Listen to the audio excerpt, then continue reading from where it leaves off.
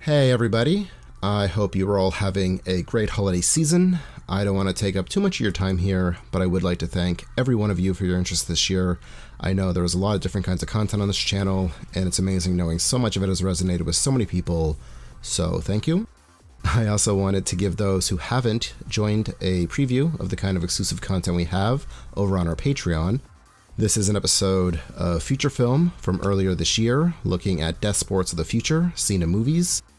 Patrons keep content coming out. This channel isn't monetized. No money is made from ads. We are 100% viewer supported. So if you have the means and you enjoy what we do, please consider supporting us on Patreon. If not, no worries. I totally get it. I hope you enjoy this preview anyway.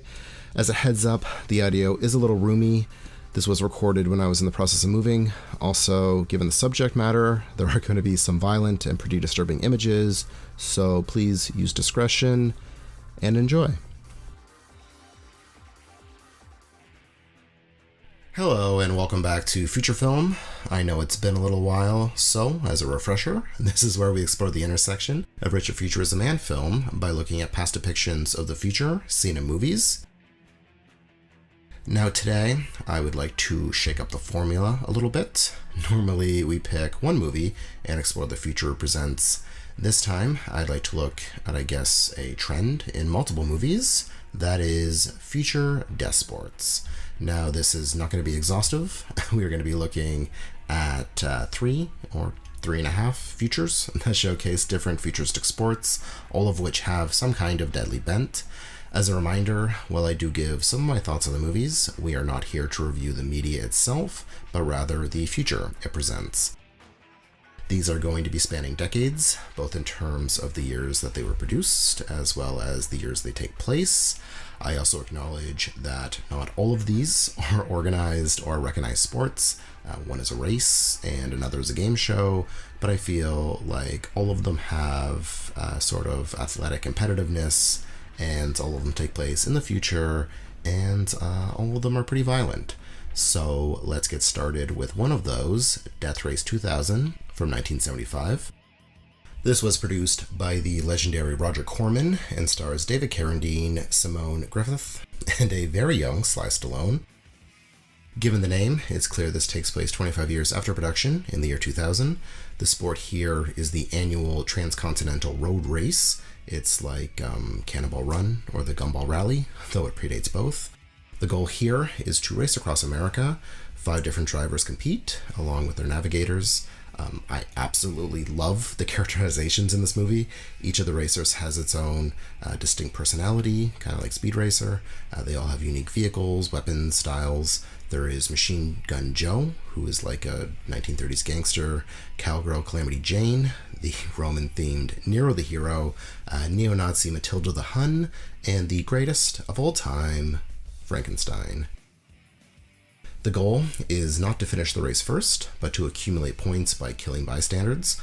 Kills are worth more, depending on the age or gender of victim. Men are worth 10 points, where women are worth 20.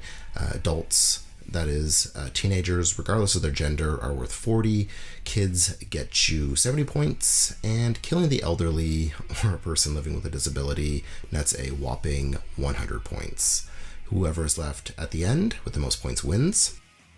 Traps can be set for racers. There is an insurgent group that aims to overthrow the government and put an end to the race. One of my favorite parts of Death Race is the whole media culture around the race. You get all sorts of different media personalities and pundits commenting on the race or different racers. A lot of history is actually given through these media presentations, which I think is just an excellent way to deliver context and build the world. In terms of its future, the transcontinental road race was conceived as a way of, I guess, placating citizens following the collapse of society in 1979. The race is government-sponsored. A totalitarian government headed by the mysterious Mr. President has taken over. Not much really in the way of futuristic tech, but there is some great low-budget matte work here, showing a futuristic city. I love this movie. I cannot recommend it enough. Also, from 1975, we have Rollerball, directed by Norman Jewison, based on the story written by William Harrison, who also wrote the screenplay here. It stars James Caan, probably best known for his role as Sonny Corleone in the Godfather movies, as well as multiple Bond girl Maud Adams, John Houseman, and Moses Gunn. Rollerball, as a sport, is somewhat based off of roller derby, which is very popular in the 1970s, has had kind of a resurgence lately.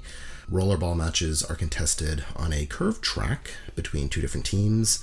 Players, or skaters, are dragged on roller skates, hence the name, rollerball, behind motorcycles, or bikers, with the offensive goal of catching a metal ball and throwing it into a target.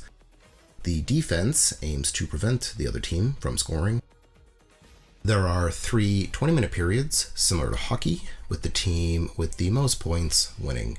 The ball gets shot out like a pinball, and like football, American football, the team who retrieves it is the one that goes on the offensive.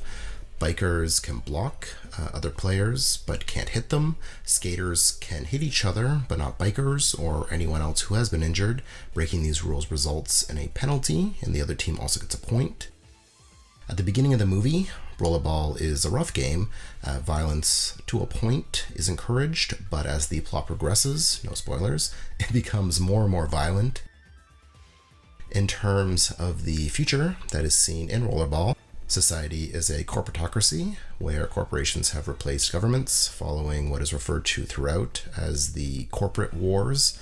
Executives control everything, including history and information. Books have been digitized and edited to the whims of the executives. Aesthetically, it's pretty sleek and relatively grounded. No flying cars or anything here. All tech that existed at the time, just kind of brought forward. Nearly 30 years later, Rollerball would be remade in 2002, starring Chris Klein, Jean Reno, LL Cool J, Rebecca Romaine, and a ton of wrestling personalities like Paul Heyman and Shane McMahon. Plot is a little different here. It takes place just 3 years into the future and is more focused on action rather than commentary. There was a pretty crazy story, actually, around the production of Rollerball. Director John McTiernan hired famous Hollywood fixer Anthony Pellicano to wiretap his co-producer on the film, Charles Roven. Apparently, Roven and McTiernan did not see eye to eye on what sort of movie Rollerball should have been. McTiernan wanted it to be more action-focused, more in line with WWE, which was very popular at the time, rather than have social commentary, as Roven would have preferred. McTiernan ended up spending some time in prison, which is pretty wild, not only for wiretapping Roven, but for lying about doing it. I don't know really what he had hoped to learn or find out, but that is probably the most notable thing about the remake. Rollerball's influence can also be seen in the made-for-TV movie Future Sport from 1998, starring Dean Cain, Vanessa Williams, and a cameo from Wesley Snipes.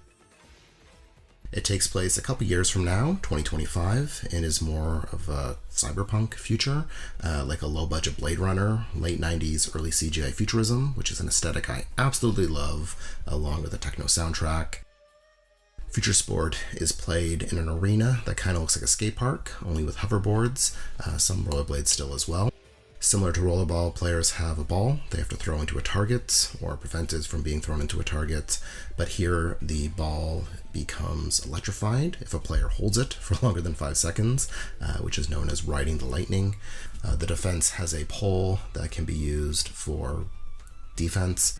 At one point, we see the early history of Future Sport, basically kids messing around at a skate park, which I think is a nice touch. The sport grew out of gang warfare and was seen as a more humane way of dealing with beefs. This is a much more explicit dystopian future with warring ideological factions, lots of wearable tech, cameras that sit on your face like a monocle, and other frivolous accessories. There are also AI home assistants, video calling, mobile communication devices, pretty standard sci-fi future stuff. The last movie I'd like to look at is 1987's The Running Man, directed by Starsky from Starsky and Hutch, Paul Michael Glasser, and starring Arnold Schwarzenegger, who has taken a few trips to the future. We've mentioned Total Recall as an excellent candidate for this series before.